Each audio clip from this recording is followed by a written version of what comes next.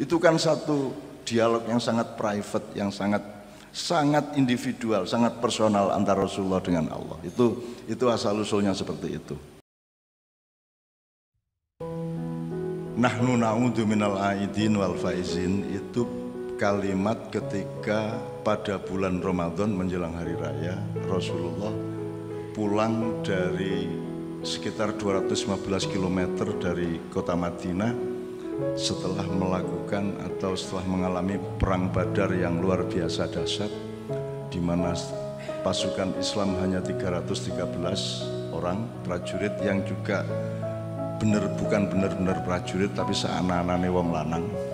Oleh Allah diberi kemenangan melawan sekitar 1.100 pasukan sekutu dari Mekah dan lain-lain.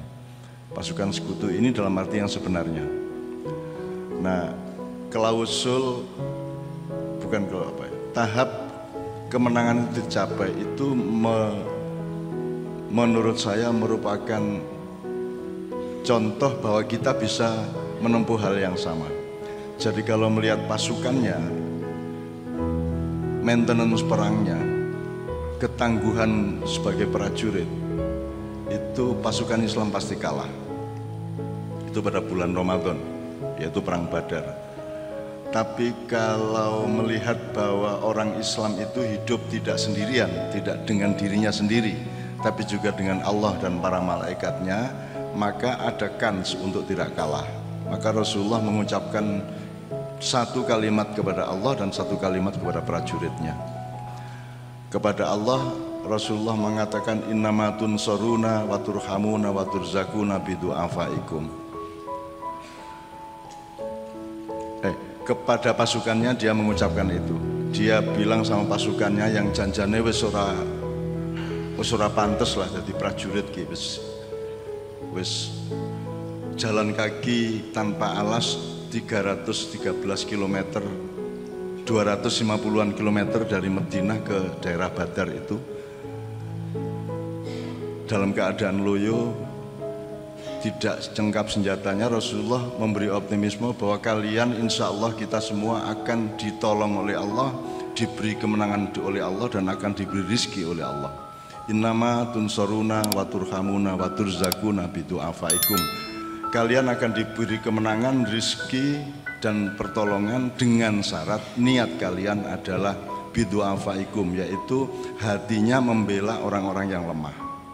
Jadi ternyata ada rumus di hadapan Allah bahwa kalau niat kita itu adalah membela orang-orang yang du'afa, membela orang-orang yang lemah, membela orang-orang yang tertindas, membela orang-orang yang teraniaya dan tidak bisa berbuat apa-apa, maka Allah akan nyulap keadaan dari rasionalitas perang menjadi keajaiban kemenangan. Gitu.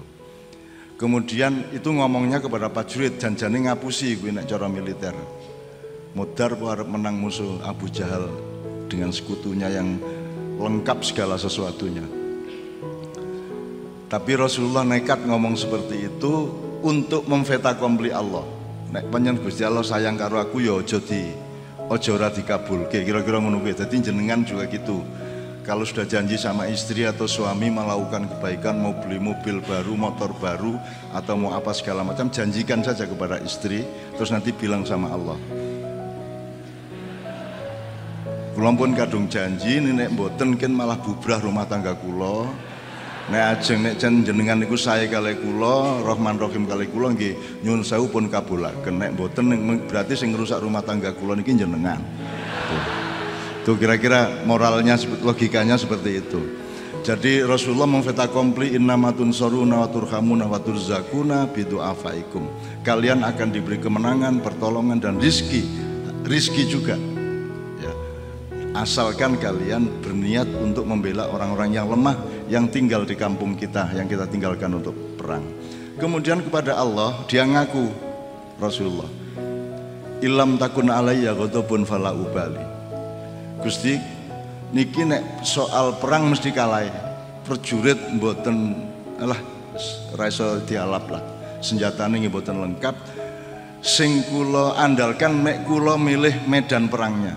Jadi Rasulullah milih di lembah Badar sehingga dia secara militer dia bisa hitung bahwa sedikitnya pasukan itu akan tidak terlalu celaka karena wilayah yang dipilih itu adalah ada bukit-bukit, ada lembah. Nah, kemudian kepada Allah Rasulullah mengatakan, "Illam takun alayya ghadabun fala ubali." Ya Allah, sing penting jenengan ampun duka ten kula, jenengan ampun nesu ten kula. Nek jenengan ora nesu ten kula, wis modaro arep kalah monggo, arep modar monggo ora masalah. Ya, ini kalimat jangan sampai kedengaran prajuritnya.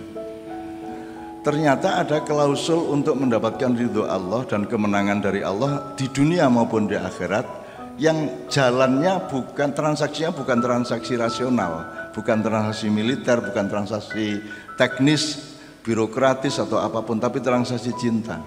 Rasulullah mengatakan, "Illam takun alayya ghadabun fala ubali." Pokoknya angger jenengan mboten nesu ten kula mati mboten napa-napa. Ikhlas, kula kalah, Islam modar sak donya ora ana Islam, kula mboten masalah. Sing penting jenengan ampun nesu ten kula. Itu kan satu dialog yang sangat private, yang sangat individual, sangat personal antara Rasulullah dengan Allah. Itu asal usulnya seperti itu.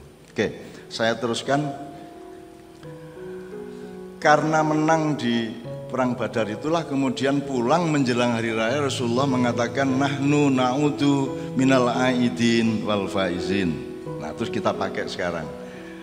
Nahnu na'udu, kami kembali sebagai orang, kita sekarang menjadi orang yang kembali dan beruntung.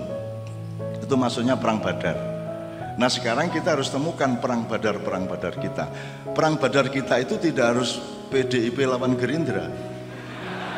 Perang Badar itu tidak ada urusan nama Jokowi dan Prabowo. Itu masalah terlalu kecil dan terlalu remeh dan pura-pura semuanya itu. Yang disebut Perang Badar adalah Rasulullah mengatakan kita barusan pulang dari perang kecil dan sekarang kita memasuki perangan yang sangat besar. Jihad al-akbar, yaitu perang melawan nafsu kita masing-masing, perang melawan ketidakterbatasan kehendak kita masing-masing.